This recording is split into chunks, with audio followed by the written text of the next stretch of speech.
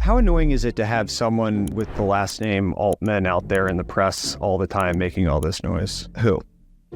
Sam. What's he do? I hear his name a lot. He runs this AI. Oh, he's like the brother of that HR software guy? Yes, that's right. That's that right. guy. Yeah. Welcome to the Logan Bartlett Show. On this episode, what you're going to hear is a conversation I had with Jack Altman. Now, Jack is the co-founder and CEO of Lattice, a $3 billion HR software company. Jack and I had an interesting conversation about culture, performance management, around hiring, among a bunch of different things. We also talk about the state of AI, why I actually do this podcast, what it was like in the water in St. Louis that led to both him and Sam growing up to being such thoughtful entrepreneurial leaders. Their parents were like, you're awesome kids. You can do anything you want, which I think is like similar to my management thing about wanting to have people know that you believe in them so much and then they'll just rise to whatever that is.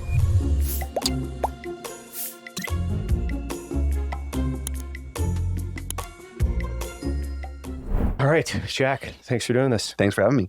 So you're now doing venture capital and you launched a podcast. Is that right? What the fuck? I don't know. It's too much. This is false pretenses that you were... Well, it's Eric. Eric made the podcast easy. So, all right. So I want to talk about founding and maybe we could talk about podcasts at some point. But you once said it's tempting for founders who want to innovate on things beyond product. And that is a mistake. I've seen that in my experience as well. But why do you think it's tempting to try to innovate in those things? And why is it a mistake?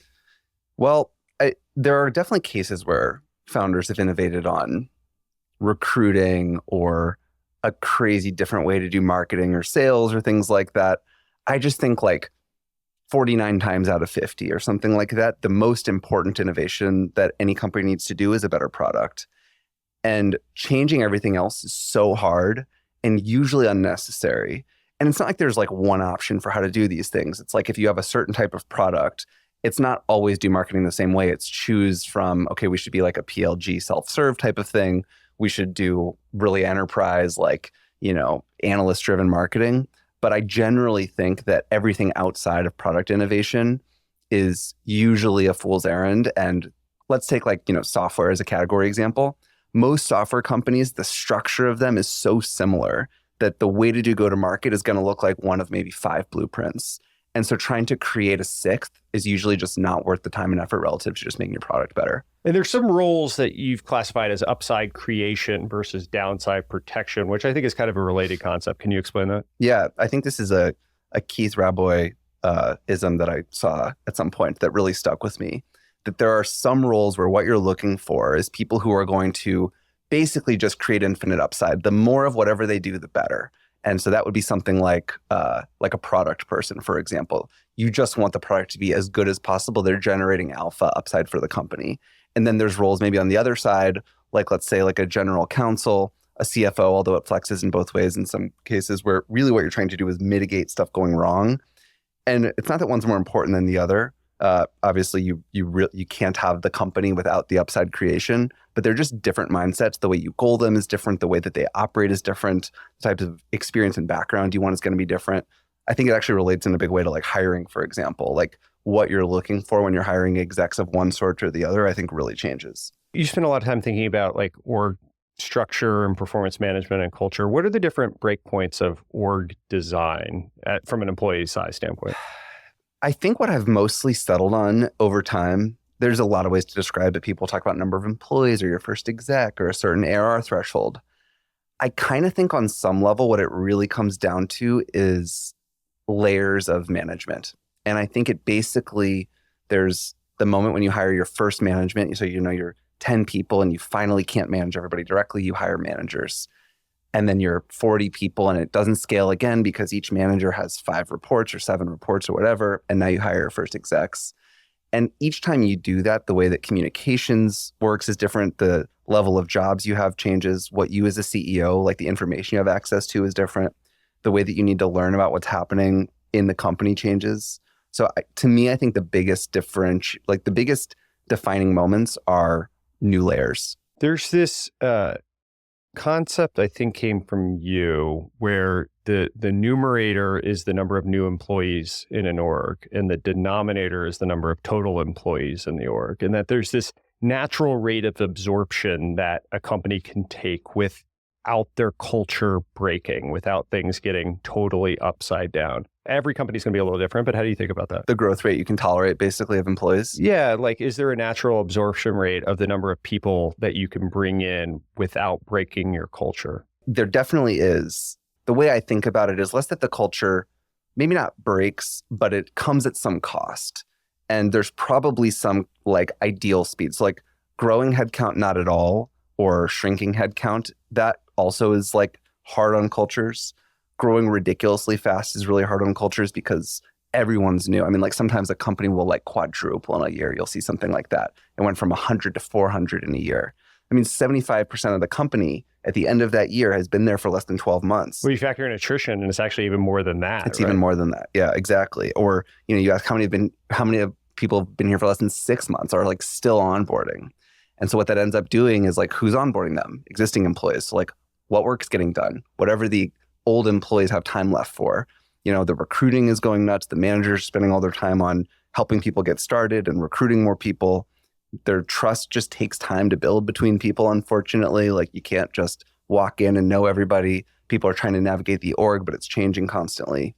And so that's what you're, you know, contending against on the upper bound. And then on the lower bound of not growing, you run into things like there aren't new departments being created. There aren't promotion paths available. Like people don't have newness. People don't get to like, you know, if somebody had been working in product marketing and maybe wanted to try product management, those changes just become harder. So there's some happy middle, I think, just optimizing on culture.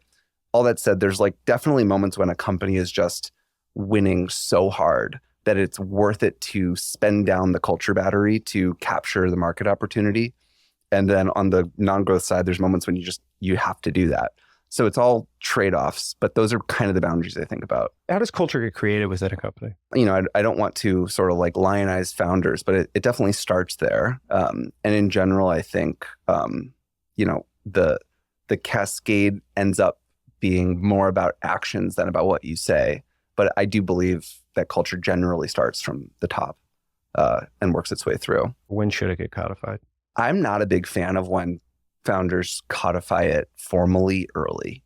I think like it becomes a little bit in the very, very early days. I think it's a little bit performative. I put it a little bit in the realm of startup house, like playing startup house, which, you know, in the very earliest days, before like real product market fit, I think that the focus on getting product market fit has to be so extreme that even things like codifying the culture don't make the cut. I think the only things that should make the cut are talking to customers, building product, building the team.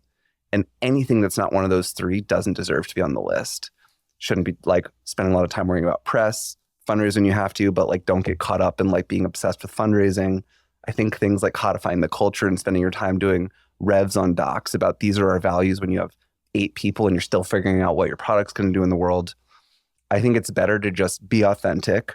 You'll end up hiring the people who are authentic around you. And then when you're at a certain size, maybe a few dozen employees, do a combination of describing what you see that you like and sort of mixing that with what you aspire to be. But I think doing it too early isn't great. No reason to memorize High Output Management by Andy Grove if you're not going to be managing anyone. What I would go back to is just the ruthlessness of it's not on the list of 3. And High Output Management's a great book.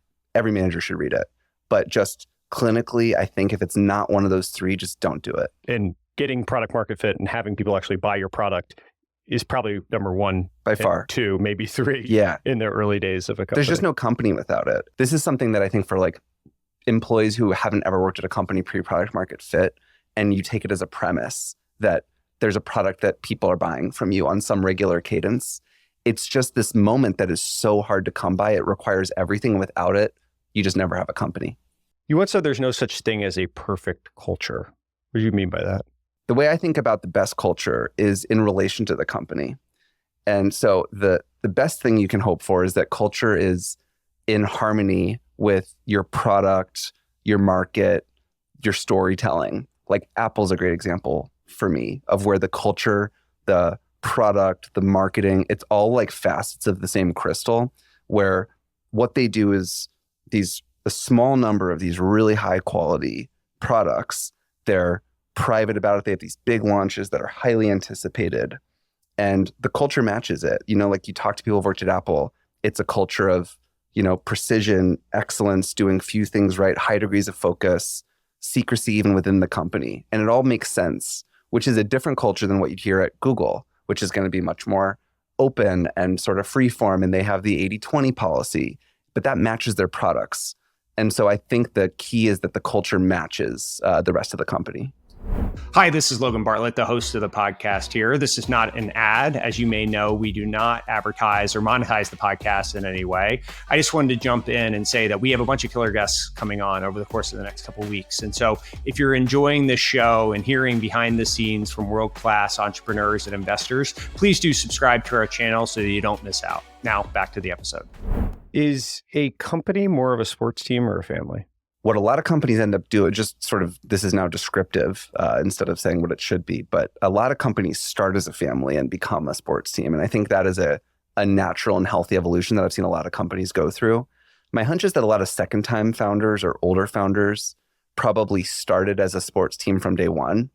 I think both can work. I think it needs to become a sports team, though, at some point.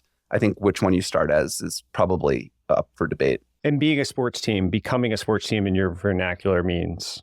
Well, when you're a family, the loyalties go much deeper than what happened, based on your performance on the field. When you're a sports team, it's the best person for the role at the right time. And when it's time for a different person, you shake hands like professionals and you both go your own different ways. I think a sports team is about like demanding excellence. A family is about accepting who you have and sort of like going forward as best you can as a team. I think the way you treat each other sort of socially and interpersonally is different in those contexts. So to me, a lot of it is, it's not that one's better or worse. I really, I think that the instinct is to say that it's always better to be a sports team, which I think is true past a certain stage. But maybe I would say by the moment you're defining your values, 30, 40 employees, be a sports team by then. What you want to be in the first 10, I think that's founder preference. I think both work. You said that you didn't want to be a company where people worked 100-hour weeks, stayed there till 11 p.m. Why is that the case? Well, I don't want to do that. I did that my first job out of college. Literally, I was in investment banking for a year. We logged our hours. We did 110 hours actually. And I know what that's like. And it's really unpleasant. I also just don't think it's necessary. And I don't even think it's optimal.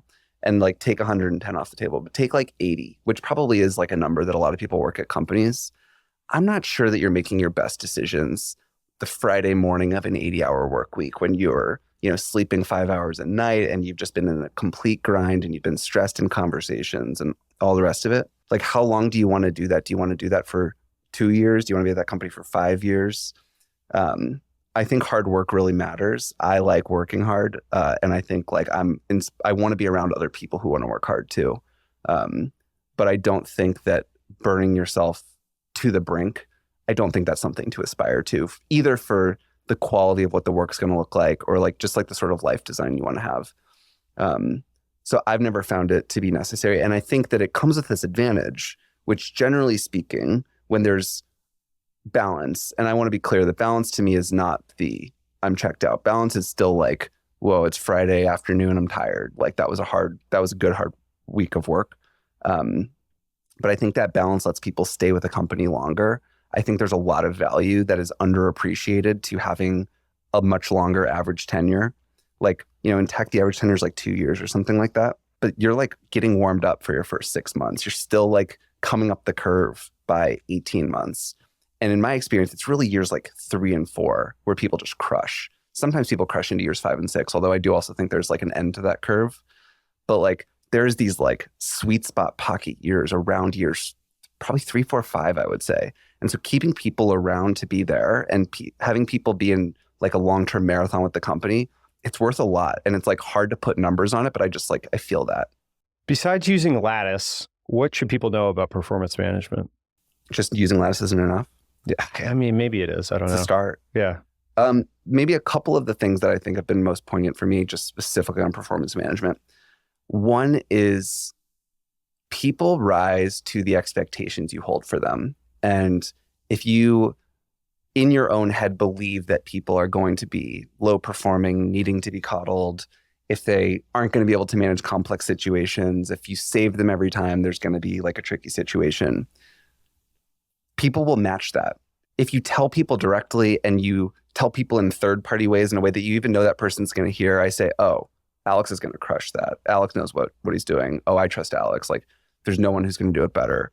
People rise to match that. And so to me, part of performance management is setting people up in a way that they're like, oh, wow, my manager or the founder like believes in me in a big way. Like, hell yeah, I'm going to go do that. And I've just found over and over that the best starting point beyond high output management book and all the methodology of a good one-on-one and whatever else, it's like, what are you going to choose to expect from people and believe about them? And people are just going to gravitate towards that, whether it's high or low.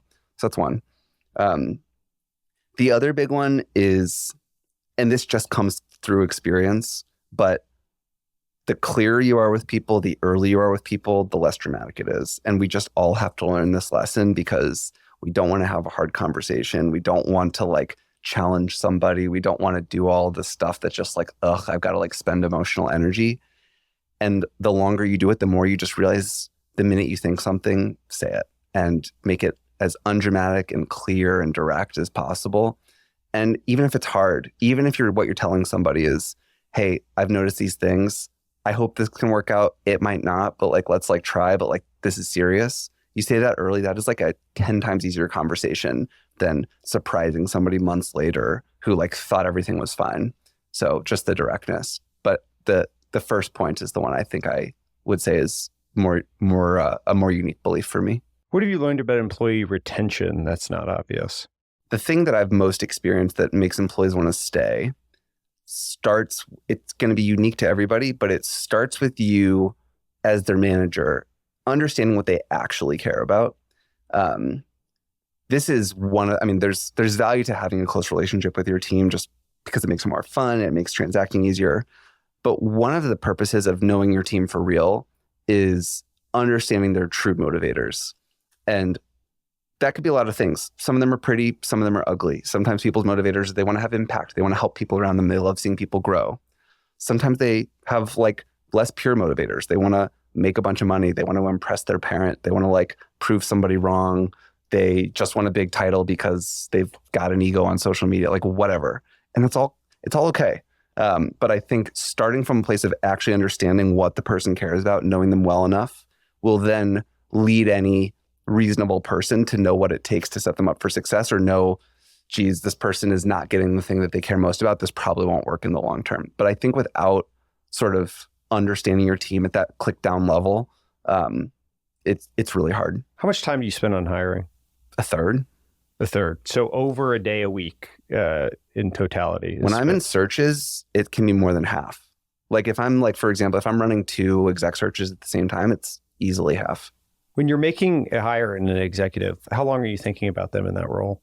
It depends, but probably like 2 to 3 years. I would say the longer Lattice exists, the longer I'm thinking about them in the role. You know, like when we were small, I would say, God, we just need somebody this year, this quarter. Well, the slope of the line's so steep, it's hard to see beyond. I think I heard Patrick Collison say this on some podcast or whatever at some point, that basically you can plan in the future like half as long as your company's been around. Sorry if that's a misattribution. But I actually really kind of believe that spirit, that if your company's 2 years old, don't think further than 1 year out. If your company's 5 years old, don't think further than 2.5 years out. And it probably decays somewhat. Like a 40-year-old company probably can't think 20 years out. Maybe they can. But I think it's the same thing with kind of everything to do with the company, whether it's recruiting or forecasting or your product roadmap. It's in relation to the maturity of the company. So as Lattice gets more and more mature, I think I can, safely say, okay, we want to have a C-level exec who's going to work for hopefully, 4 years. At least 2 would be great. So, it kind of changes over time. You won't do searches without bringing in a outside search firm for executives? Never. Why is that the case? To me, and I'll still do tons of my own outreach. I'll still ask my network for tons of intros.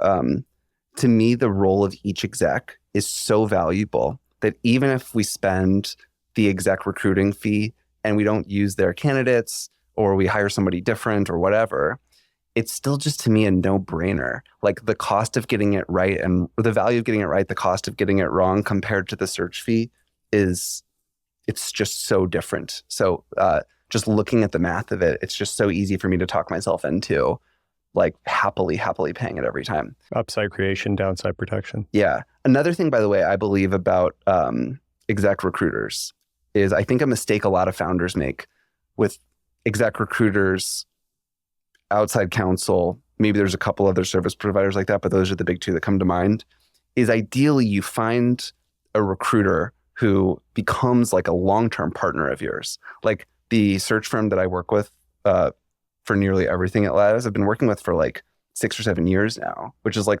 longer than I've worked with like almost anybody. And so there's a consistent partner there with a team around them who I totally trust them. I think they totally trust me. They know our whole exec team. They know what I'm like. They know the company. They've seen the whole evolution. They can pitch the story. I think of her as an extended member of the exec team. And I think a lot of founders, the relationship with exec recruiters, they can be so transactional with it. They don't, they're not willing to just like invest in somebody great and like see a long-term path there. And it's been like a huge sort of boost for us to have that. So we don't need to actually cosplay and act this out, but if I'm a candidate, like what are you trying to accomplish in your first meeting with that person? First meeting, I'm probably trying to see if we have like chemistry. Like, can we have an easy conversation? And you kind of just feel that or you don't. Like you just like come away from the hour like I could have kept talking, or like, oh man, the last 20 minutes were a little bit of a drag, or the conversation was stilted, or that was free flowing, or we were interrupting each other in like fun and good ways, or like it was like silent and weird. So I think that's like a huge piece for me. I've found that even if somebody's talented and amazing, it's really hard to work with somebody that you just don't have a good vibe with, where you're dreading the one-on-one, where you just like can't get along easily and naturally, where they're not going to vibe with your team. They're going to have weird relationships with their directs, you think, because the company kind of ideally is matching. I think you hopefully can trust as the founder that whatever your vibe is will be a decent proxy for what the company's vibe is. So I kind of go in and I say, well, the best barometer I have for will the company like this exec is, do I like this exec? Because, the company and I have some just relation, naturally over time. So that's probably the first thing in the first meeting that I'm trying to get to. The other thing I really like to do is get their story of the last 2 companies. And I really try to get as much detail as I can. Like what I'm ideally doing is, and it doesn't have to be 2 different companies, it could be 2 chapters within the same company, but I really want to get the story of something specific. So like, let's say I know you said don't cosplay, but like, let's say I were interviewing you and we were talking about it. I would ask you about like a deal that you won and like, just like walk me through the whole thing. And like, how'd you get there? Why'd you get excited about it? What was the relationship with the founder? What was the competitive set? Why did you care? What were you worried about? Did you have to convince your partnership? How'd you work through that? Like whatever else. And then I would ask you about a deal that you wanted to do and lost, a deal that you maybe passed on. And I would just like want to see how deep you can go on the things that really matter and see what it's like to talk to you about a big problem. I find that just has helped me the most. And is it the communication style that you're getting to the detail on? Is it their ability to actually converse about the specifics of something? Well, the beautiful thing about this is you can't fake any piece of it. So you can't fake being a good communicator about it. You can't fake having had good ideas during that story. You can't fake your ability to like, connect the dots between what that was and what your broader role looked like and what you needed to do. And you can't fake how much detail you know. So I find that it is a proxy that helps me understand like many things at once. And I don't go into it with like a rubric in my head of I'm testing for these things, but you do enough of these, I've done hundreds of these types of interviews over the years, and you get to some pattern matching of it where you can feel like, okay, this is gonna be weak here, this is gonna be strong there, or whatever. You probably also tease out how much they want to throw other people under the bus or take credit for themselves. 100%. And there's like subtle little things with the language there too. I did this versus we did this. I built this thing versus, the team built this and I supported them. Like, and it's not that one is always better or worse. I definitely have preference for the exec who is much more like we oriented. There are some founders who are going to like the exec who's much more I oriented. That's fine. But you can feel the spirit through a lot of that language. If you could find out one thing about a person that you hire and what you're ultimately teasing out. You get to all the specificities of that. What is the single thing you want to know about that person before they join? Ideally, you get to have, just on a personal integrity level, it's wonderful if you can spend time with somebody in the real world a little bit. If you can have dinner with them, are they respectful to wait staff? How do they operate, around people? Like if you can see them in a context with somebody else they work with. I think there's a lot of little signals you can pick up with somebody just that you just need time exposure for, and you can just feel integrity or not when you're around somebody. So that's one, is just can I get to some sense of just high integrity? And do I spend enough time with them that the story always lines up, that they're, if I ever have a moment where, wait, last time we met, you said this thing, this time you met, you said this other thing, or these numbers, I just get the heebie-jeebies from some of that stuff. So I think there's one set there. We talked earlier about the work ethic thing, and I don't like the burnout work thing. I similarly, it's not fun for me to work with people who don't like working hard. And so finding people who are resonating on that same frequency, that's a really big one for me. So not that I'm not testing people, but a lot of times my day is busy and I end up needing to text or call them at night or on the weekend or whatever. And is that a big deal or not? You can kind of feel some little things like that. And then the last one, the references matter so much to me. Reference Checks. What's your style and how do you approach them when you introduce them into the process? Early and often. I do so many reference checks. That to me is, and there's a lot of competing views on this. Some people don't like them. I love them. I've never had the false positive of unbelievable references from 10 plus people and then it didn't work out. There are definitely situations where you get negative references and they're great, but I've never had the positive false reference where if you talk to their direct reports, their managers, their peers, everybody that you could care to, and you talk to as many as possible, one of the best, when you ask someone for their references, somebody who immediately gives you 20 or 30, that's another thing you can't fake. I love these sort of tests where you can't fake it. Someone's yeah, here's everybody I've ever worked with around me in every role I've had. Call whoever you want. That just can't be faked. Versus somebody's yeah, let me get back to you. And then 3 days later, they send you 2 or 3. That's an initial first blush thing. And I'll also tell candidates that I'm going to I'll get front channel and back channel references. But yeah, as many as possible, as early and often as possible. There's tips and tricks probably for a good reference call, a bad reference call. There's basic things to know that are probably written everywhere that we've all read. If, someone says they're in the top 10%, that means they're in the top 30%.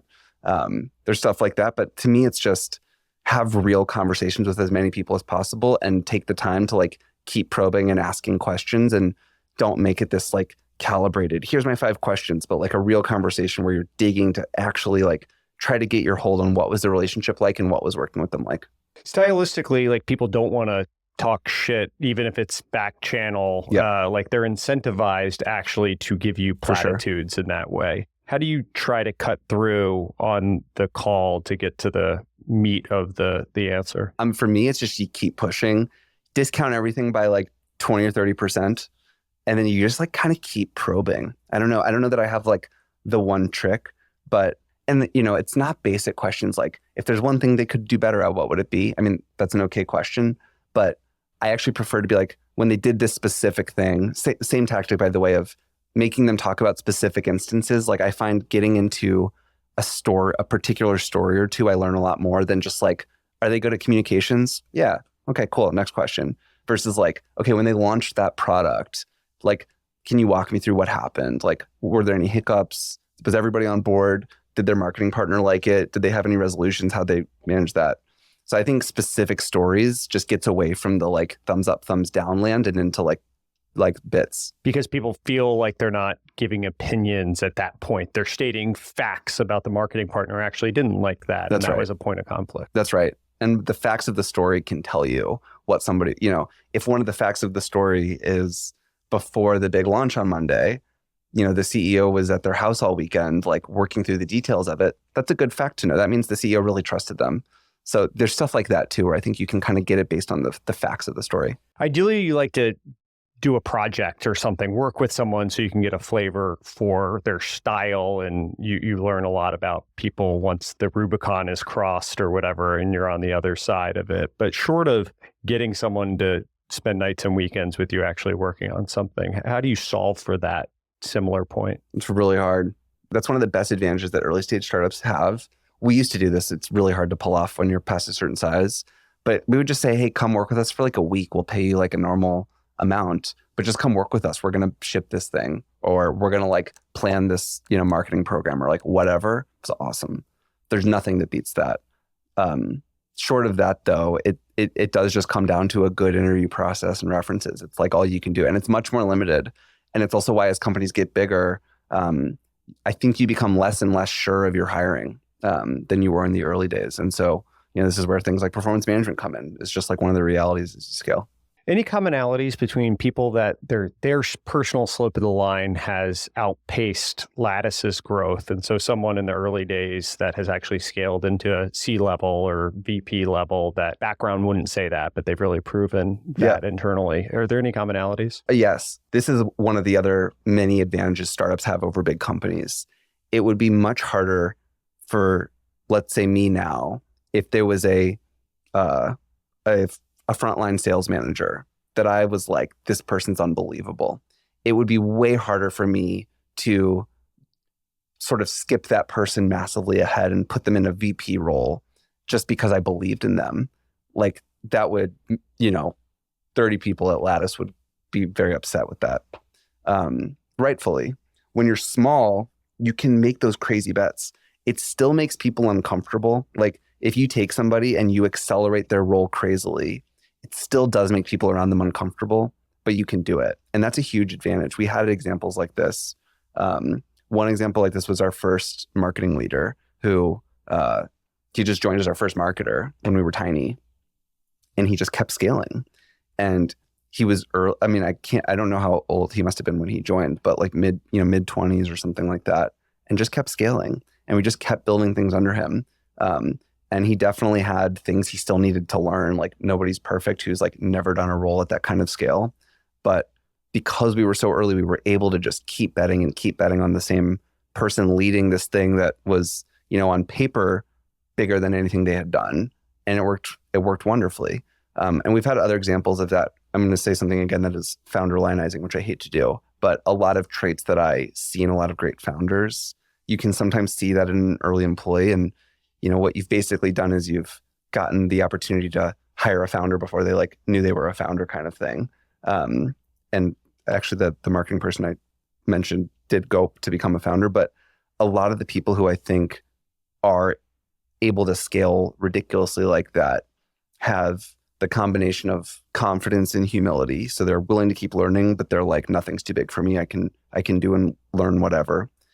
They're unbelievably autonomous, maybe to, almost to a fault, where they're like, I got this all the time. And, it's like throwing somebody into a pool who can't swim, but who thinks they're going to make it work. Like they're going to sink sometimes, but they're also going to learn to swim faster. So there's probably a couple just like foundery things that have been my experience of that. Yeah, I found the upside creation roles are oftentimes the ones you want to take that chance on, which is a 100%. Little bit counterintuitive because those are the ones that are going to create the value of the company. But why would someone that's really good join your startup? Yes. In an upside creation role? You need some reason. Either they have some personal connection to you or whatever. There has to be some narrative. Totally. If someone's just sat in a upside creation type role for their entire career and they're not to be ageist, but they're in their upper 40s or something, that tells you something about that person. It's probably not worth the risk versus a GC. Totally. Do it. Absolutely. Yeah. And I wouldn't want to have a 23-year-old GC. Is not that you could have gone to law school necessarily, but that's right. And there's some roles where experience is worth a lot. And then there's some roles where output and creativity and risk taking are worth a lot. But the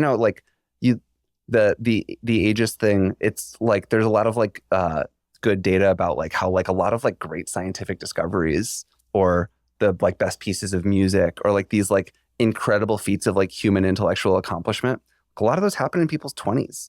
A lot of the best companies of all time were started by people in their early 20s. And so like, I think there's a tendency to underappreciate whatever that X factor that young people have, but startups can bet on it, both because they have to and because they don't have the red tape to not be able to. You've actually encouraged employees to go start companies, or you built a program around it by which you'll invest in them. Can you talk a little bit about that as you reference your old marketing leader? Yeah, totally. The spirit, we did this program where Lattice will invest $100K in an employee who's been with us for a certain amount of time who leaves to start a company. The spirit of it is similar to like the Netflix culture doc vibe of we want Lattice to be like a great place to be from. And so my hope is that Lattice, in the long term, will have many more alumni than employees at any given time. That's just how the math ends up working.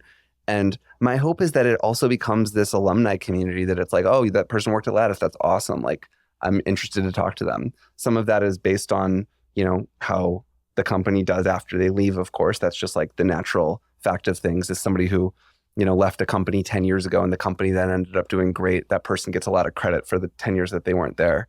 So some of it comes from that. Some of it just comes from like the way you treated people on the way out, the relationship of it. But I'm a huge believer that just like Lattice and any great any company that wants to be great needs to be willing to say to people, this is not the right place for you anymore. People also who want to be great need to be able to say, this company isn't right for me anymore. And that's okay. And that's healthy. Like, it's actually, it's a harder thing to believe that a human who is changing every year, hopefully, and a company that's changing every year, hopefully, that those just stay in alignment indefinitely across hundreds of employees. It's, an impossible thing. And so knowing that that's the reality, creating a dynamic where, you normalize it. You say, hey, if you want to leave, it's totally okay. And it's not just okay. We want to be there to support you. We want to connect you to other jobs if you want. We want to, help you start a company if you want. We want to help you do whatever you want to do. I just think that is a way healthier long-term mindset, even if it means that in, the interim, some employees who might have otherwise had the fear of leaving won't have that fear. That's an obvious, easy trade for me. I'm sure coming from the top down empowers people to hire folks that have entrepreneurial ambitions as well.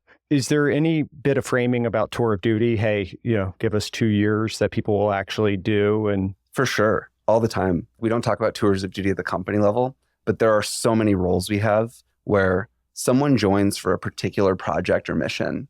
And then at the end of it, it's like, we'll see. And sometimes there's another tour that they want to do. Sometimes there's not. I think it's a great framing, the tours of duty, the LinkedIn Reid Hoffman thing. I love that because it makes clear that there's a chapter that we know is good. And then at the end, we'll like have a new decision point, and like, that's okay, whatever that is. But I find that's much better than like, we're going to cling on to after this mission is complete, I have to keep working here. It's a really healthy mindset. What do you wish all founders knew about letting people go? In so many cases, I have seen as you go through enough cycles of it and enough years of it, that everybody's better off. It's really rare that you let somebody go and you years later realize, oh, they would have been better served if I didn't do that. Like, if by the time you want to let somebody go, it wasn't working for you, 9 times out of 10, it wasn't working for them in that context. And that doesn't mean that the person's not good. It just means that whatever fit they were in, they just like weren't flourishing. And I think it feels so unkind to let someone go.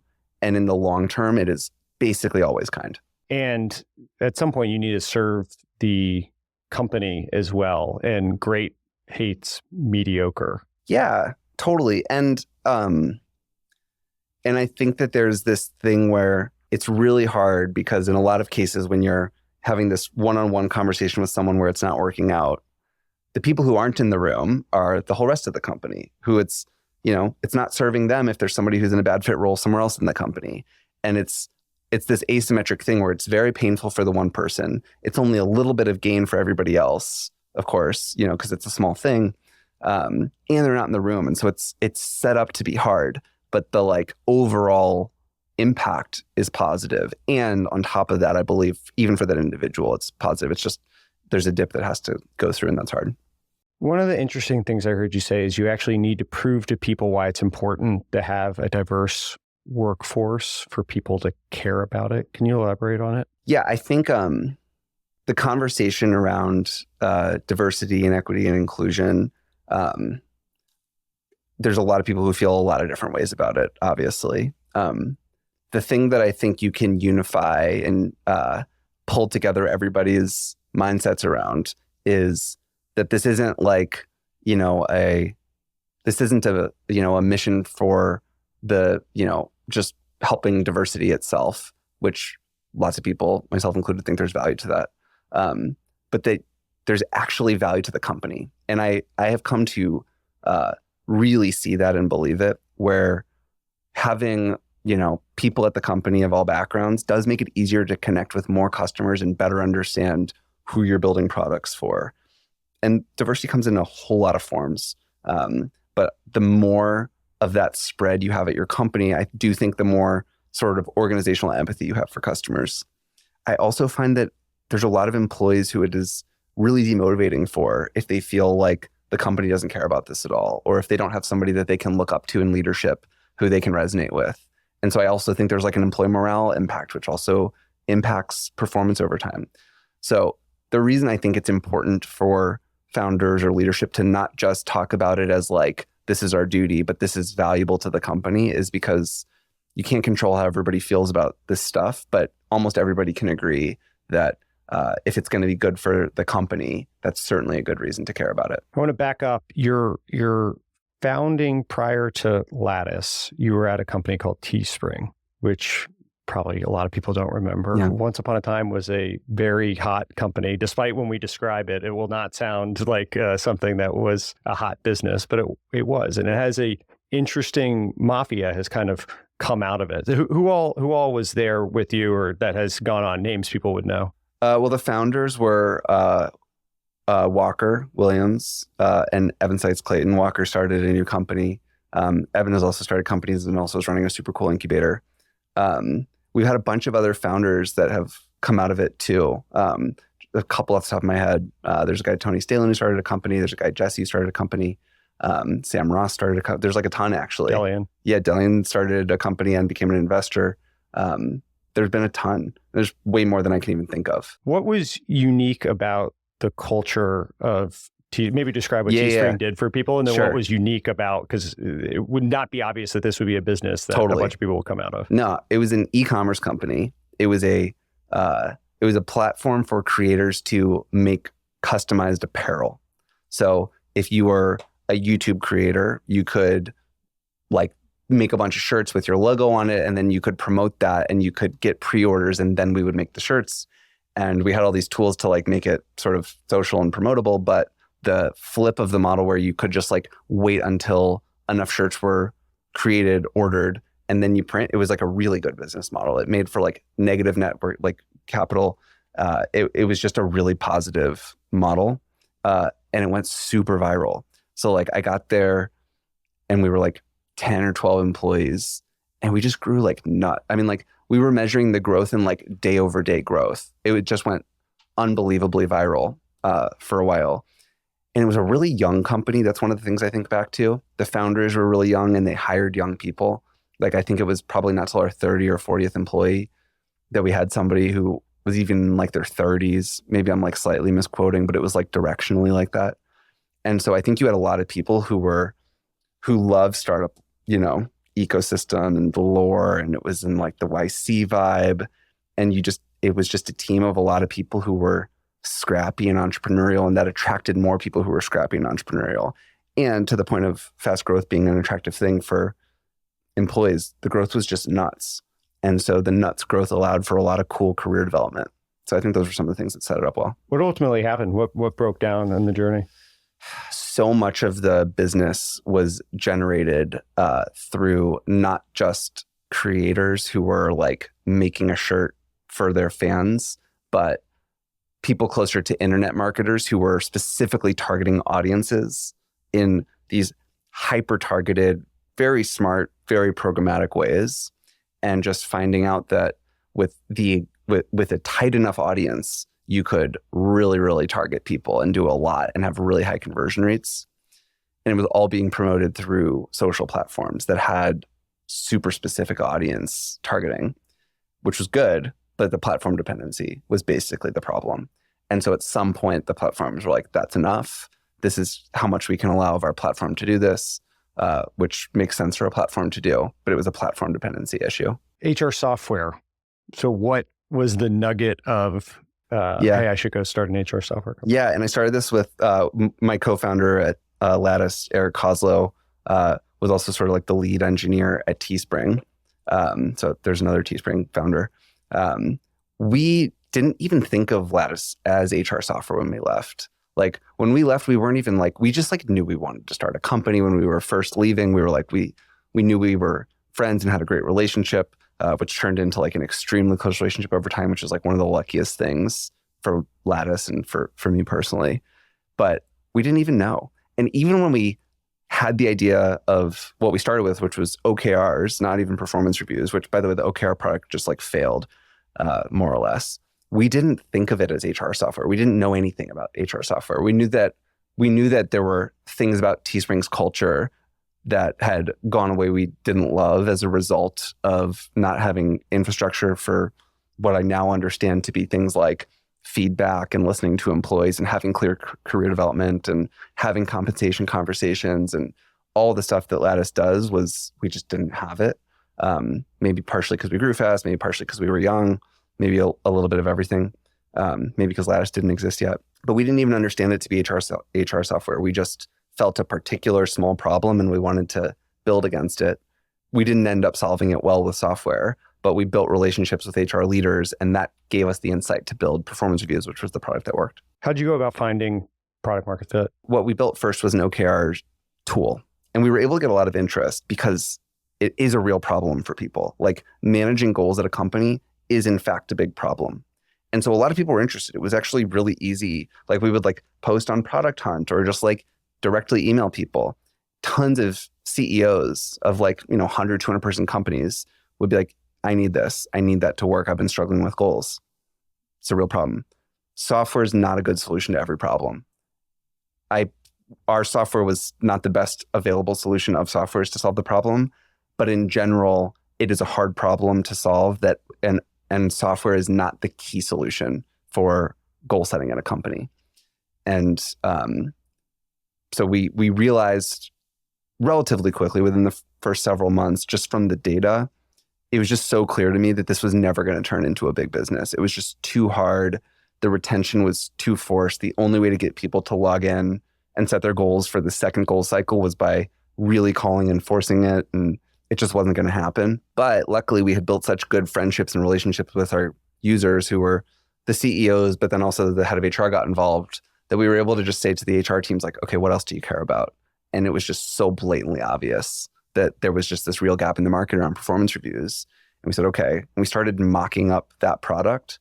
And after what in the end was like 9 months of just like beating our heads against the one, the OKR product, like we were able to sell annual contracts on design mockups, on reviews. And it was just like, it was so obvious. When did you know you had that product market fit? What was that feeling that you sort of had at that moment? In retrospect, it was like nearly instant. The way a performance review cycle works in software is like you are kind of taking people through like a big workflow. Like you're setting up the parameters of the performance review. You're choosing who's going to be in it. What are the questions going to be? You're inviting everybody to go in there, to select their peers, to have those emails go out, to start filling in feedback, to close the cycle, to give feedback, to get the data at the end. It's like a bit of a roller coaster or a ride. And we hadn't even built the end of it when our first users were going through it. We had the front of it. And like Eric and team were scrambling to complete it, but people were paying and they were yelling at us to fix things. And they cared so much. And we were continuing to get inbound leads. I heard you have this thing. Can I buy it? Can it work by next Thursday? Can you make sure it has this feature? But people were like mad at us about stuff. And until that point, nobody cared about anything. It was all like, oh, cool. Yeah, I'll give it a try. I'll poke around. And now we had people who were like holding us to account as like a vendor that they needed. And it was instant. Did you raise the seed off the OKR product? Yeah. And the Series A? Not the Series A. The Series A was off reviews. Your Series B, every good company, it seems, has a shitty fundraise. Yeah. Every single one you go through. And yours was your Series B. Yeah. What was it in that moment in time that made it difficult for investors to dream the dream? Basically, this was the fail of the Series B was in 2018. In 2018, we went from 2 million to 7 million of ARR, but it was going linearly. So we were adding the first 3 quarters of the year, it was add a million, add a million, add a million.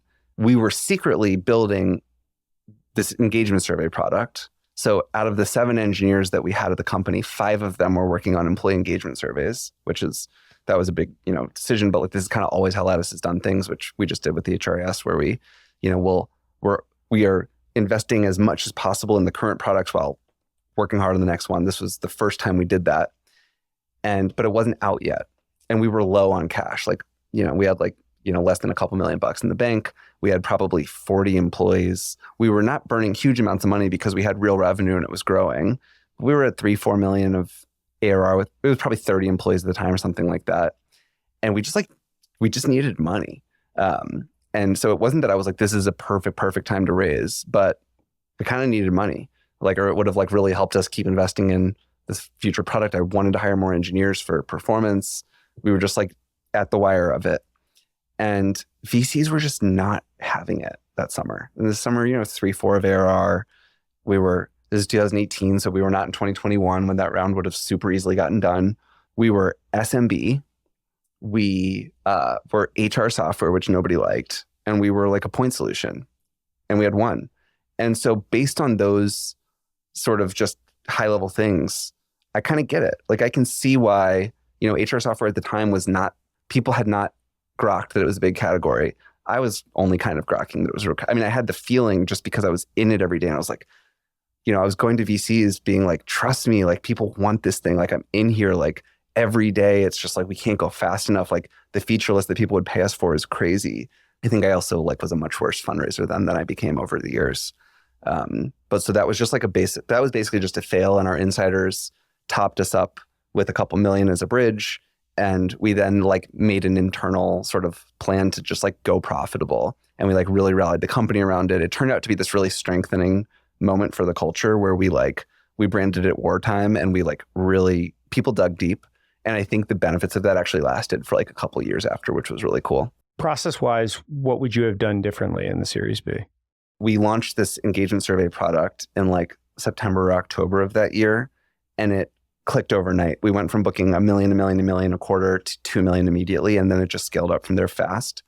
And it was a slam dunk, that second product. What happened was when we went multi-product, there were so many immediate, obvious values to the customer that instead of being in a feature-to-feature knife fight against a bunch of other companies that on the surface looked just like Lattice, and the only way that we were winning those performance management only deals was by the rep really teasing out exactly why our feature set was a little bit better in these ways, and we really do have a better mousetrap. And I think we did have a better mousetrap, but you still got to tell them why it's a better mousetrap. Versus now we had a headliner that was this is a better offering. And now the work of underneath was just verifying that the thing worked. But if it did, they wanted it based on the headline. And that was just a game changer. Our win rates went through the roof. Everything got just the whole funnel, leads, win rates, average size on the deals, retention, cross-sell, everything got better overnight. And so on some level, the best thing I could have done would have just been waited until we were on the other side of that moment, which is what ultimately happened, although actually we still barely got it done. But that would have been the best thing. I think process-wise, the other thing I got tripped up on is by nature, I'm very trusting and very agreeable. And I was getting pulled into one-off conversations. VCs are incredibly good at getting companies to have a one-off conversation with them, and it's just a bad move. There are probably exceptions to where it's not, but it's almost always better as the founder to do your conversations in parallel. And I didn't do it that way. They would say, oh, just, you don't need to prepare anything. We'd love to just come hang. Can I swing by your office? Whatever metrics you have off the shelf. But it's a horrible look, as the company. You don't have your metrics prepared. They're saying it's not, an interview, but it is. You're not in fundraising mode. You're thinking about the fire at hand of a particular customer or a feature that's being hotly debated. And then a VC walks in who's there to see if this is a good investment. And you're okay, wait, what are we, okay, it just doesn't go as well. So process-wise also, I should have been deliberate and said, I was not fundraising yesterday. Today I am fundraising, and therefore I'm not working on these things internally, and I'm making good materials, and I'm practicing the way I talk about it, and I'm going to many at once. Building relationships with VCs is I think a good thing. Obviously, I'm talking my own book here a little bit, but you are always fundraising in some way in those discussions. And it doesn't mean you need to have materials there, but you should be cognizant that you're being evaluated at any point in those discussions. That's absolutely right. And for me, I just didn't have the experience to navigate the difference between this is us getting to know each other for real and actually building a relationship. But I'm going to set clear boundaries at the beginning that this isn't fundraising. And so let's not talk. Let's not go into the metrics. Let's not go into the cash position. I'm down to have this conversation, but are we cool to just not go there? Yes. Great. Let's get to know each other. Tell me about yourself. It's tempting. Oh, this will be easy. This person seems very interested. Totally. I just give them this information and then we'll be on the other side. That's and we'll right. be able to get back to building. Yeah. And the way it ends up going is I'm giving this person information and they're probably just kind of vaguely hearing it, but mostly it was a casual thing, but it's not casual. It's getting logged in a CRM the second you leave the meeting. And that's okay. That's the job. But I didn't have the experience to navigate that well at the time. So earlier this week, you launched an HRIS product. So for people that aren't nerds of enterprise software and HR, what is HRIS and why did you go about doing it? HRIS is an HR information system. It's basically, on some level, it's the database that stores all employee information the way that Salesforce is that for sales or Marketo is that for marketing or there's NetSuite. But basically every asset in a company needs some system of record, which is, a great venture term, but just using it sort of in the technical sense, you need some place that is the source of truth for the information about that piece of the company. And in HR, there's a thing called an HRIS that basically stores all the information about the employee record. And it's the thing that then syncs to all your other tools to say, Bob started on this date. This is Bob's manager. This is Bob's t-shirt size. This is where Bob lives. This is Bob's salary. And here's who can see what pieces of that information. Here's who can change that information. Here's how it flows to the rest of the company and whatnot. It also tends to be the place where you do things like store documents, you onboard an employee, you offboard an employee. You tend to have other small applications around it like vacation and birthdays and time tracking and a bunch of other stuff. And then you also can manipulate the data through workflows. So the way that in Salesforce, you've got a bunch of flows that, change an account from a lead to an opportunity or whatever, in an HRIS, you might want ways to, make somebody have a new manager or whatever. And then there's reporting and things around it. But that's basically what it is. The central system of record that stores employee information. Why build it?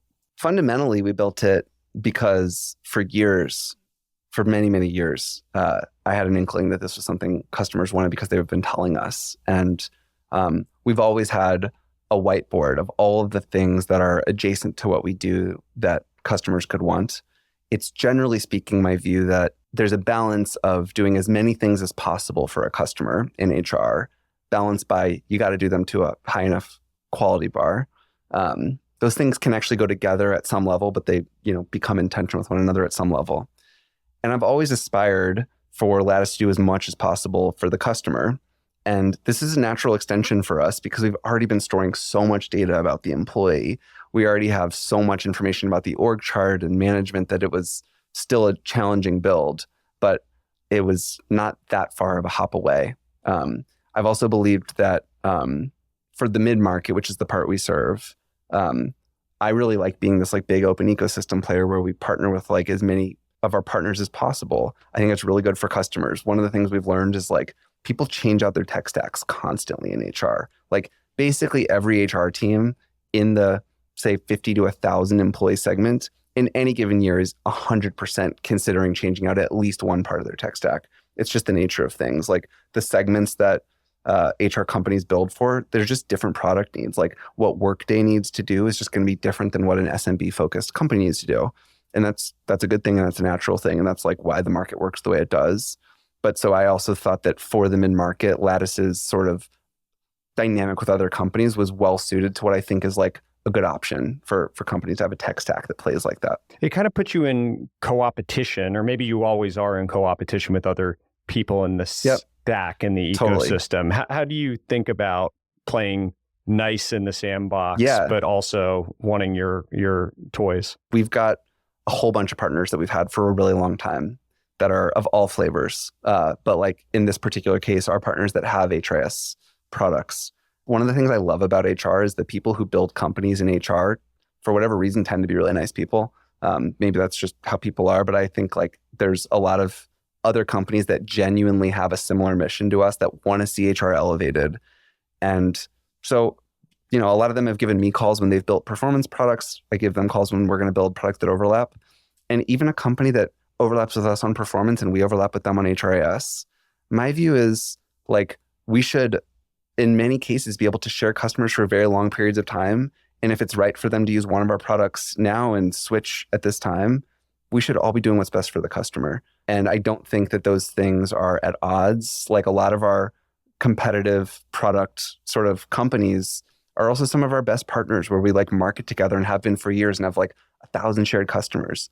So I don't see this pie as particularly fixed. Like we all have such a small fraction of the market. And it's sort of like gas stations being next to each other or something, except that in these cases, based on each of the other products, there's so many nuanced differences that it's obvious to us. There will be cases where it's obvious to us that a current Lattice customer isn't right for our HRIS, or that we haven't built what they need. And so we'd love to connect them with a great, strong partner of ours that's another HRIS partner that we know we play well with, that we know has a quality product. So I don't know, and maybe I'm like a little too friendly for like business in these cases. I just don't see the pie as fixed. Did you think about buying or acquiring your way into the space, or was it always going to be a build your own? I hate software acquisitions just scare me. I think there are cases where they work. And I think there are instances where there's a long R&D build that you wouldn't want to do that's disconnected enough for the product, or where a space is moving so fast that you have no choice but to get into it tomorrow and then do the dirty work of cleanup on the other side. But generally speaking, I think it is so much stronger when companies build themselves. How did you go about actually architecting the development of this product? Because a lot of standalone companies exist singularly focused on this. Once you get to a certain company size, what I realized is it gets really hard to build products inside the typical org. What we ended up doing here was partnering with an amazing founder who had sold a company and was like an amazing product leader himself. And we basically put it in the corner. There's this amazing book called Zone to Win that I didn't read the whole thing, but I read the part specifically about, doing this inside the context of a company, and it was hugely helpful to me. And who knows, there's there's pros and cons to everything, but we basically treated it like a startup inside Lattice, where they had their own resources, where they weren't going to have, the engineers working on the HRIS there's no world in which they would be asked to jump on, a current product that had immediate present demands from customers, because that'd be a huge risk. If you don't cordon off the resources, is that the main existing business is going to want to suck that away from it. So, ring fencing what you had there, in our case, we put a founder at the helm, but if not a founder of it, I think somebody who's really got that entrepreneurial drive is critical for a big new product build like this. And then we had to just settle in for a long build. This was a long build. It was hard. How long was it? Over a year of building. And a lot of people. There's just a lot of components to this thing. Did you make people assume some shared back-end service? How do you actually I get the concept of letting someone go build in the corner. That sounds great. But then you might end up with two totally standalone interoperable products if they decide to go on Google and use this and you're on AWS using that. One of the hard things along the way was, aside from just the features that needed to be built, was we needed to update the architecture for the core product. There was a ton of debate about how to do this. And, it's a matter of degree of, do you completely tear down and rebuild? Do you do nothing? We landed, I guess, somewhere in the middle. But aside from the product build, there was a huge amount of coordination needed, because there was also a change to the architecture to be able to store these gigantic employee records. And so one of the things we did that was really important was, at a certain point in the development, we took one of our VPs of engineering, who was super strong and was, leading platform for Lattice's product. And he went and worked with this HRIS team. And that was the thing that allowed us to work through that change, which required collaborating while having a team that was cordoned off. You've kind of been multi-product from the start, or at least from the early-ish days. How do you think about what goes into an existing feature enhancement of your core business versus what is a net new product? There's probably a couple heuristics. One could be, does it change pricing or SKUs? Or does it change what you might see in the dropdown? So like, there's a lot of features that we would add that would just obviously fit in our performance management bucket or obviously fit in our engagement survey bucket. And so we want to be making those improvements without charging customers more. And we want to still be pushing on those things. Sometimes within that, you might have a product within performance that looks like a new SKU of performance. So like an example of this would be like, there's a calibration product where basically at a big enough company, it's really hard to coordinate across 500 engineers. Like the VPs of engineering across a 500-person engineering org like don't know their teams inside. So you need some process by which you make sense of what the ratings mean across different managers. And there's a thing called calibration. It's part of performance, but it's its own product. A lot of it comes down to just knowing the customer well enough that you know where the thing is bucketed in their mind. And then sometimes you got these gray areas. Sometimes you have a product that doesn't cleanly fit and you just make a call. You've had a weird number of investors and board members move on from the firm they were at before. So you had Keith was at Khosla. Yeah. Went to Founders Fund. Miles was at Thrive. That's right. Went to Benchmark. Doug was at Shasta. Went to Iconic. Presumably John Curtius at Tiger was at least involved in the round. You think it's me? I don't know. I don't think so. You seem like such a nice, affable guy. Oh, man. Can you take through, just because you've had this experience so many times, and we don't need to talk about any specific of the examples. I think they've all landed in good places seemingly. Totally. But like, what's the experience when you get that call saying, hey, I'm moving on to a new firm? I'm always happy for them. That's always my first reaction. Like, it's the same thing as like employees moving on. And I'm like, this isn't about me. This is about them and their firm. And it's a hard decision to leave a firm. It's a big decision. In many ways, it's a bigger decision, I think, than like leaving companies or like, it happens less frequently. And so my first place is like, wow, that's a big thing. How are you doing? Like, can we stay, can we have a working relationship still? But I don't know. I start usually from a place of being happy for them. And I've found that each time it's happened, everything has gone in a great way. So like examples of this, Doug Pepper left Shasta. He was awesome. We've been working with Jason Pressman ever since. And he's been a phenomenal partner. Like he is over the years, it's been a long time now, but he's like the most trusted call I know how to make. And when Miles went to Benchmark, I got really close with Vince from Thrive. Miles actually stayed on our board. Vince is on our board now from Thrive, and Vince is brilliant. And now I have two smart people who are helping guide and support the business. And so in each of these cases, I haven't experienced negative outcomes. I know it's not about me, and it's just like how things kind of go. So you're right. It's been kind of a lot, but I don't know. It doesn't bother me. How annoying is it to have someone with the last name Altman out there in the press all the time making all this noise? Have you ever met him? Who? Sam. What's he do? I hear his name a lot. He runs this AI. Oh, he's like the brother of that HR software guy? Yes, that's right. That's that right. Guy. Yeah. That's right. What is the most annoying thing, not about Sam specifically, but about Sam Altman, the CEO of OpenAI? There was just the most classic brother thing to do. When I tweeted about our HRIS, he quote tweeted it like, I don't know what an HRIS is, but happy for you. And somebody in his comments is like, like how brutal is that to, build a big company or whatever and have your brother invent AGI. And I was like, that's funny. But I don't know. I'm really proud of him. It's really cool. Like, it's like such an important thing for the world, and he's earned it. Like, he's worked so hard to make it happen, and I see all the work he does to keep this going and to like keep pushing it. And like, look what it's done for tech. Like, where would we be right now without it? Like, what would be happening in tech in 2023 without AI? Venture capitalists wouldn't know where to put money. Where would they put money? They wouldn't. It would be such a weird time. And it's not just about like, it's honestly, to me, it's not even just about what's happened in VC. It's like it's possible that what's happening with AI is going to be so much bigger than like SaaS getting a big booster pack. Like, it's just so cool. So like, is there ever a moment where I'm like, oh God, I like just like can never do enough by comparison? Maybe, but like, it's really awesome. And I'm very proud. Does it scare you at all in a weird way that like someone you shared a house with growing up is now, I don't know where he would rank on like most powerful, influential people? It's high, at least at this exact second. It's super high. I think it's good because I thought what you were going to say is, am I scared about AI? Well, we can talk about that too.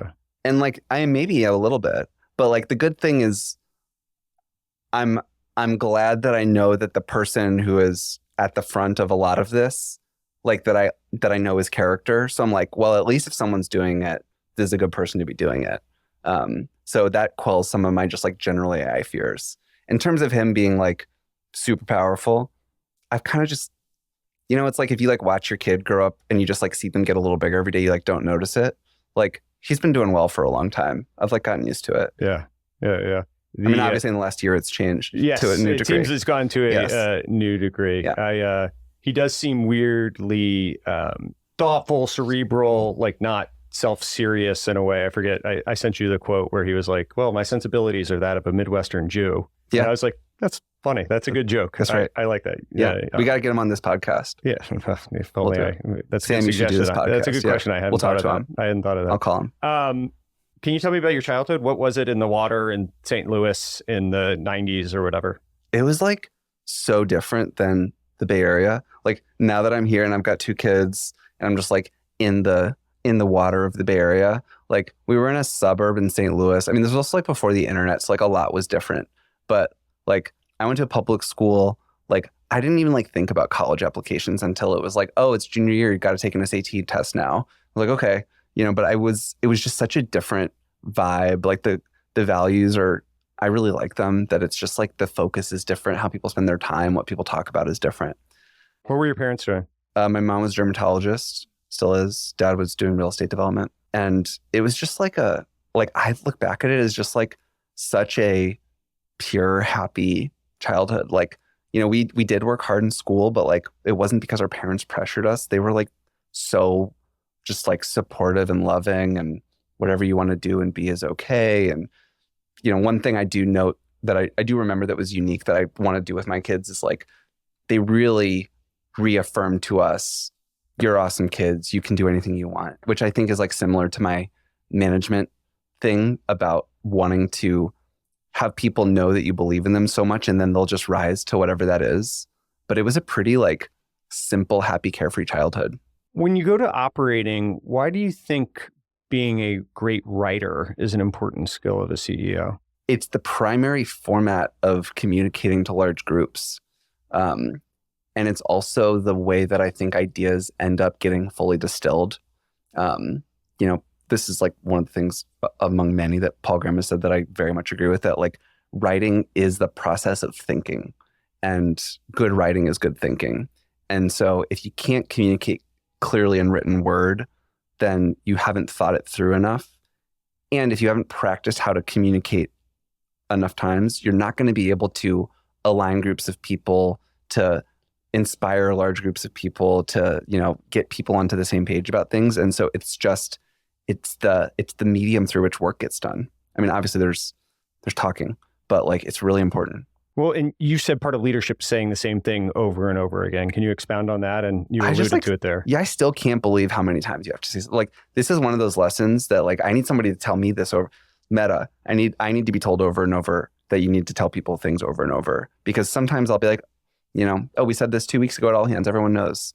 And like our chief of staff or like some exec will be like, no, like half my team didn't think that. I'm like, what do you mean? They're like, they just forgot, or you just have to say the same thing so many times. And it kind of makes sense. Like the world's really noisy. Like if I am driving to work and I see a billboard about whatever product for the first time, I don't remember it. Like the way that I end up wanting to buy a product, and this is what makes for good marketing externally too, is you need like to see it 5 times or 7 times or 11 times. You need to see a billboard. You need to hear somebody talk about it. You need to read a blog post about it. You need to see a tweet and have a friend like recommend it. And like then you get an outbound email, and then you get invited to a marketing event, and then you finally are like, okay, I remember what that thing is. I'll take an intro. And that's what it takes. And it's the same thing with internal messaging, is they have to see it in an all hands and read it in an email, and there's got to be a Slack about it. Their manager has to talk about it to them in a one-on-one. And it's not because they're not paying attention. It's the same thing with me. I probably, if somebody tells me something at Lattice once, I probably don't remember it. I probably need to be told 7 times too. So it's just how people are. You know, it's a funny one now that you have a podcast as well, as you say something one time and then people listen. There's a group of people that will listen to all your episodes, and there's a group of people that will only listen to one episode. And if you tell the same story again, they're like, yeah, we fucking heard that. It's like, right, but that was right. You're 2%. A year ago. Yeah. And that's right. The listenership is very different than it was a year ago. Like, give me a break. Yep. And so that's one of the things that now that you have a podcast, you're going to telling some of these same stories over and over again. People are going to be like, yeah, we got it. Totally. It's also like the thing about how you'll have some percentage of the people will react to anything in certain ways. This is true when you're communicating to the company about any topic, particularly a topic that's a little bit sensitive. There are going to be there's a normal distribution of how people receive everything. And when you have a company of hundreds of people or an audience of 100,000 people or whatever, you're going to have some absolute n number of people that react in some strong way that you don't particularly like, but it might only be 4% of the people receiving it. And 80% might have quietly been nodding their heads and like, cool, I get it, that makes sense. And that's one of the things that just get, I would never want to be a politician. I can't even imagine. But yeah, you don't always hear the feedback easily when you're just hearing the voices that are the ones who choose to spoke. Totally. 100,000 people yelling at you. If you have a 95% approval rate, that's still whatever. Yeah, exactly. Still a lot of people that are yelling at you. Right? That's right. What was the impetus to do a podcast? Eric is, I think, an amazing podcaster. I really like getting to talk to smart people about, the companies they've built or anything that they do. Is fun for me. I just have not had the ability to set it up. And Eric with Turpentine has made it really easy for me to just run a season with him, talk to some people that I can learn a ton from. And you just get an excuse to hang out for an hour and ask them your favorite questions. And it's really great. What is the season? What have you committed to do? I think we're gonna do 10 or 12 episodes. Okay. Well, there's a plug for people to subscribe to it. It's great. We had one with Eric Kleiman from Ramp. It was awesome. He's so great. Thoughtful. He's also very enabling of entrepreneurialism within the company. I think that 100%. When I heard that you guys were like that, he very much wants to bring in people. That, by the way, is an example of a company where the talent density is incredible. And they've just hired such entrepreneurial people and clearly taken bets on them. And, you can see it both in the people who have left and clearly what's happening inside the company. Yeah, for sure. Whenever you talk to someone for diligence within the business, it's like, well, that's an impressive human being. What about investing on the side? How much of your time do you spend doing that? I really enjoy it. I don't know exactly what the amount of time is, but definitely many hours per week. How's it set up? It's a fund. It is an actual fund. It's an actual fund. There's someone I work with named Bala who's full-time on it, who's fantastic. But yeah, it's just an early stage fund. I've been doing it for years. I was angel investing for years before that. I've always loved it. So it's always just been a part of, my sort of work constellation. I just love getting to support founders to learn about new businesses. There's so many times where I end up getting to learn from founders things that I take back to Lattice that just make me stronger. And you get to see that there are so many different ways that people can be great.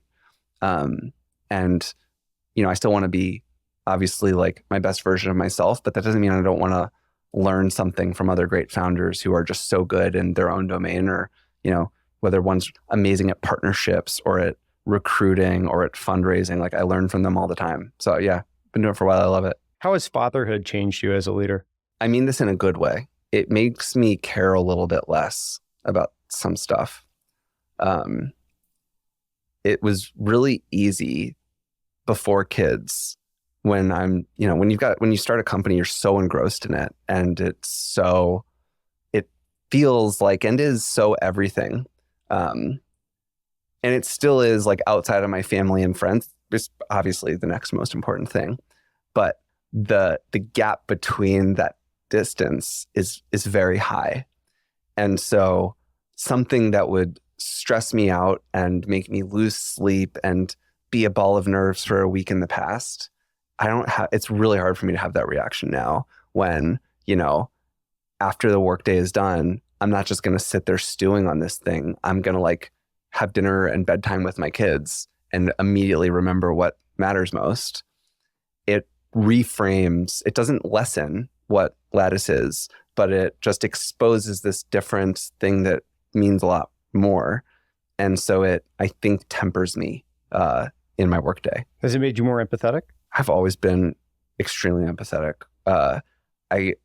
I think if anything, I actually probably have been empathetic to a point of weakness. And so my leadership journey has probably been to sort of round the edges off my empathy over the years. I don't know that kids had the effect of making me more empathetic necessarily. I know it does that for a lot of people. It like opens up their heart. I think mine was already really open, and it's possible that if anything, it just took, because I was aiming all of it at work, it's possible that I now show up as a little bit less, but I would say I've always been over-indexed on empathy probably. Do you live in San Francisco proper? Peninsula. I did live in San Francisco proper until 2 years ago. What's your meta view on the city versus the peninsula? What was the impetus for the move? With kids, the peninsula is really nice. Yeah. Just like being in the suburbs is really nice with kids. You can obviously have kids in the city and that can be great, but I love being in the suburbs now. But I'm in San Francisco all the time. I love the city. I think it needs a lot of work. And like part of why we left was some of the struggles. Like it was related to what's going on with the city and just like didn't feel good with little kids for us. But I think the Bay Area is like super strong. I actually think back to AI. I do think that AI is like a big part of what has recentered the gravity of tech to San Francisco. Like I think it was hanging in the balance a little bit more before. I think it's firmly back at this point is my read. So I'm hugely long on the Bay Area for tech, and I'm long on San Francisco largely because I believe that young people are so important to the ecosystem. And I think for young people, it's going to be more fun and more interesting to live in San Francisco than on the peninsula. But I got here from home in like 28 minutes. It's great. So it's not that far. So I don't know. I like both, but I'm very long Bay Area in general. I got something I'm curious about, which is so the first sort of way I interacted with you was just seeing your Twitter, which was probably like a few years ago. Yeah. And so my only experience at first was this like funny meme, goofy thing. And I then, through watching your podcast, you sort of exposed the more serious side of you. This is the first time I got to meet you in person, but now I can like see what's behind it all. What was was it planned? Like, were you like, I need to, like, how did you go through whatever that was? What was that arc? Yeah. Yeah. So I was at Battery for 6 years, and Battery is an amazing firm, but is registered with the SEC. And so like I would get slapped on the wrist when I would make jokes and stuff. And I joined Redpoint. I left in December 19, joined in March of 2020. Pandemic hits. We're stuck at home and I'm fucking around. Like literally that was what it was. It's just, I had some extra time that I was just spending on my phone like anyone else spending on Clubhouse and all that. And it was a weird way of getting exposure beyond what I would get on my own without needing to expose the totality of myself. And so it was kind of this one-dimensional version of me that was 2% or 5% or 10%, right? And it worked, and you get this feedback loop of like virality that comes with it, but it only works to a point. And I would get in meetings, and people would be like, "Oh yeah, Twitter joke guy." I'd be like, "Right. Can we talk about your metrics? Yeah, can we?" And I think it was like a context switch of people. They were like, "Hang on." So I thought this guy just joked around. Yeah, there's a scene in Wedding Crashers, like, make me a bicycle clown. Everyone would want me to like make them a bicycle. I was like, we have to work. We have to do some work. And so the podcast thing was kind of related, but different in that I felt the market was so competitive at the time. And anyone could be anywhere because of a screen, and relationships were capital was commoditized, and relationships were increasingly deprioritized, I would say, by founders. And I was like, what the fuck? I'm not a former CEO. What do I draw on of experience? Like, I think I'm a nice enough guy who's trying hard to help my companies, right? And like that pitch is kind of hard to, on a screen for 30 minutes, it's hard to like that to come across. And so that was kind of the impetus for it was, hey, can I show a little bit more of myself and cut through some of the noise in some way? because I was out of ideas. And if the market, the irony of it was 2021, it felt like I needed it. By the time we like actually got going in 2022, the market had totally corrected. And like people wanted to talk to me again because capital got scarce. Right. And so if it had been then, I wouldn't have had time to do it because everyone was fundraising and you were running around with your head cut off. And then now when I started, I probably didn't feel like I needed it as much, but I had the actual time to do it. So like a weird irony. But the hard part is being exposed, right? The hard part is having, inevitably, there's going to be people that dislike you when you're talking a lot, no matter what, which is a hard thing. Do you enjoy the meme version or the serious podcast version more? Definitely this. Like not even close. I've asked myself why I keep doing this, and it's, you want to keep growing, and you want to keep having good guests, and you want to have great conversations, and you want to have some feedback loop. It's my own little like product market fit thing. I figured out the meme thing, and it worked, and I was like, good. That is, I've moved on, and exposing a little bit more. This is much more effective way, I would say, even if the N. You can look at the Twitter impressions and you'll end up with whatever, millions of impressions, right? But like the quality of those are low and the relationship is low versus someone hearing you talk and knowing your mannerisms and getting annoyed because you're circuitous in your question asking or whatever. You're building a much deeper relationship with people. And so I like this a lot more. And I also feel like I still haven't figured it out. I'm still like in the process. Twitter, at some point I had figured out the meme Twitter thing and I was like, okay, good. Yeah. I've got it. You were good at it. Yeah. What are you investing in now? Are you big AI? You think it's overhyped? Do you think it's underhyped?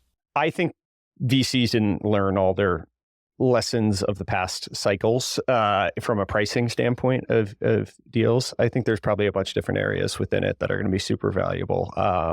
Picks and shovels of infrastructure enabling, I think is really interesting. I think there's probably a lot of formerly what would have been shitty vertical software companies that can now be enabled by software and what previously would have just been service or headcount. So, I mean, law firms are the one that everyone points to, but there'll be a bunch. There will be a bunch, and it'll be a superpower for all different software companies as well. The stuff that I think is most interesting and hard to think about that I'm curious around are the things like Midjourney and character AI and Runway and whatever. The weird shit is sort of what and I'm like, I don't totally understand the consumer stuff. Yeah. And the net new like form factor that wasn't possible in a way in the past that you can't, vertical software you can internalize. That stuff is hard to, I would not have bet that someone would want to talk to chatbots all day, every day for long periods of time. It's really hard, like predicting these like behavior changes, like like Airbnb is like an easy example, but like predicting behavior changes feels so hard. I thought about all the mobile stuff, the stuff that created value out of mobile, and like the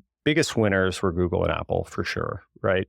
Then after that, it was like kind of derivative related things that were that make sense in retrospect, WhatsApp or Instagram or Uber or whatever it is. Like all those things make sense. But one, they didn't happen immediately after the iPhone came out. They happened in a slow trickle over time. And I don't know. I think a lot of those probably weren't totally obvious that they would go as far as they did. And so we're very like, I would characterize myself as AI curious, and I'm glad that there's enthusiasm and excitement. We had reached a point of cynicism in the ecosystem that just was unhealthy, and I'm glad that. And then the other bucket I didn't say that I think is interesting are the foundational model companies, and I think that's like it's a fascinating thing of how that whole ecosystem is going to play out. So there's this company OpenAI, Anthropic. There's Mistral in Europe. There's whatever, a whole bunch of foundation. Google has their stuff.